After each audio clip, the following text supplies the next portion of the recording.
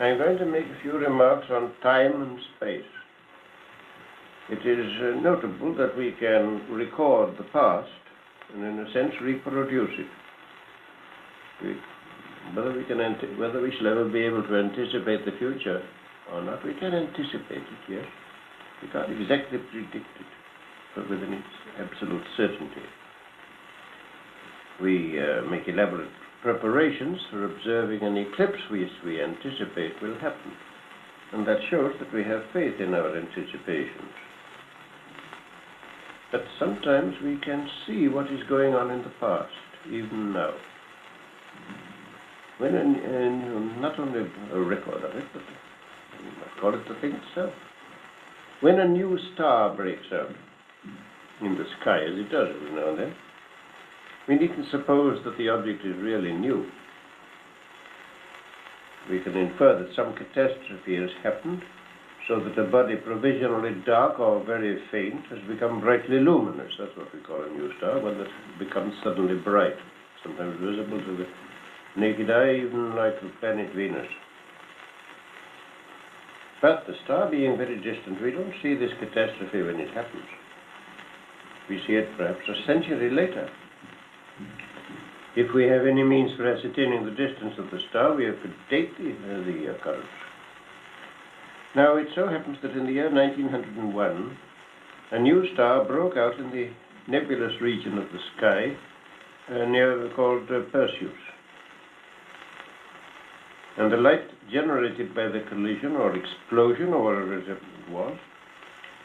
was seen traveling with apparent slowness. When the new star was seen, it was a sort of expanding. And that turned out to be the light illuminating the nebula, gradually illuminating more and more of the nebula near the star as the light expanded from the center. Of course, a nebula, is a cloudy sort of material in the sky, very distant. The motion was slow, but it could be followed for several days or a week. A distant object always appears to move slowly.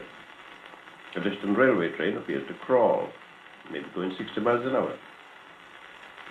Well, that means it traveled 88 feet every second, but 88 feet is reduced to apparently a few inches by the distance. So the light which emanated from the new star was really traveling with its normal velocity, 186,000 miles a second, seemed to be crawling so that it took weeks to observe an appreciable distance. You could watch it day after day. And by timing its apparent motion, the distance of the star could be inferred. And we saw with certainty that everything that we were watching had really happened 3 centuries ago.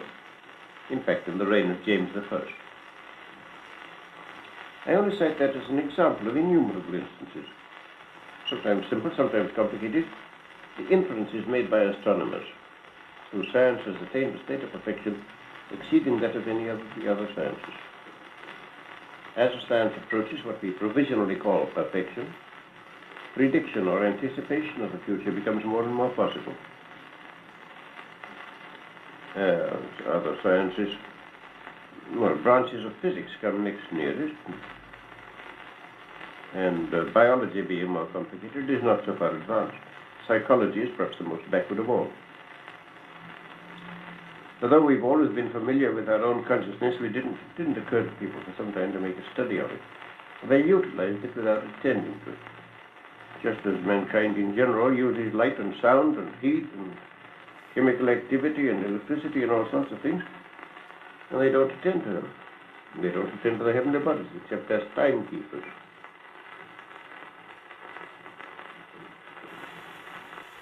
I was saying that the heavenly bodies act for us as timekeepers. They constitute our real clock. It was for timekeeping in connection with navigation that the Royal Observatory at Greenwich was established. That wasn't long before the epoch of Newton. But a pioneer amateur observer, Tycho Brahe, on an island in Denmark, had made an accumulated mass of observations for posterity on the same principles as were afterwards adopted for Greenwich.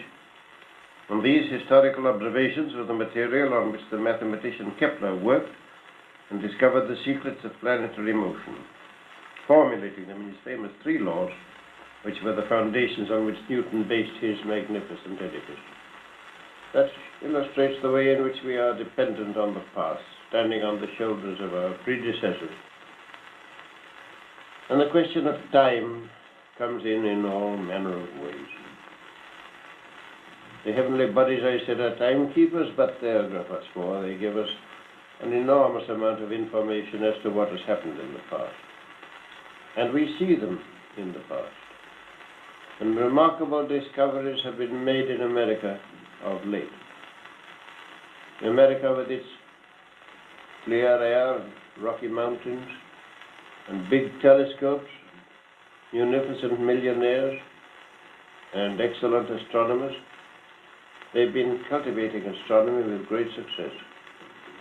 And they have enlarged the bounds of the universe to an extraordinary extent.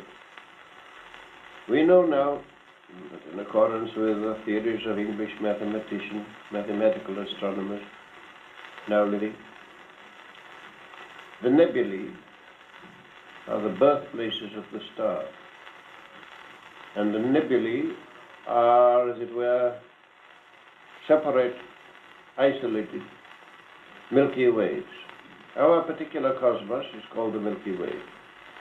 That is the system to which the sun belongs, a most enormous group of stars, thousands of millions of them, all comparable in size and brightness to the sun, though so distant that they look very faint.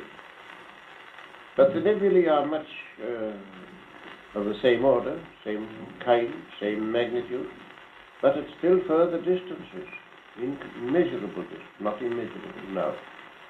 But it would have seemed even 30 years ago immeasurable. The time taken by light to come from them is portentous. We see them not as they are, but as they were before the pyramids were built. We see them as they were in the geologic ages. We see them, well, take the nebula in Andromeda. The nebula in Andromeda is visible to the naked eye, dimly visible as a misty cloud. You must think of it as an enormous cluster or congregation of stars, some in the making, some made, analogous to our Milky Way. And it is at so great a distance that the light has taken 800,000 years to come. So that we go back long before the history of mankind, before even the animals as we know them now existed on the earth. That is what we are looking at, right away back at the depths of the past, almost unimaginable. And that is not the end either. There are nebulae far beyond that.